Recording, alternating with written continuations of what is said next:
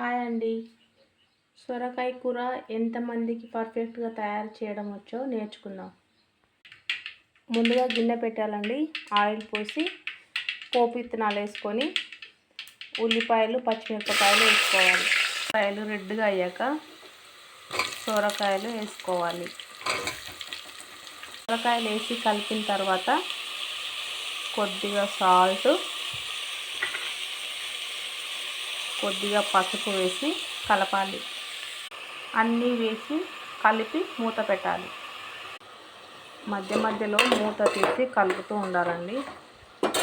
తర్వాత కొంచెం మగ్గినాక కరివేపాకు వేసుకుంటే మంచి స్మెల్ వస్తుందని నేను మధ్యలో వేసుకుంటానండి.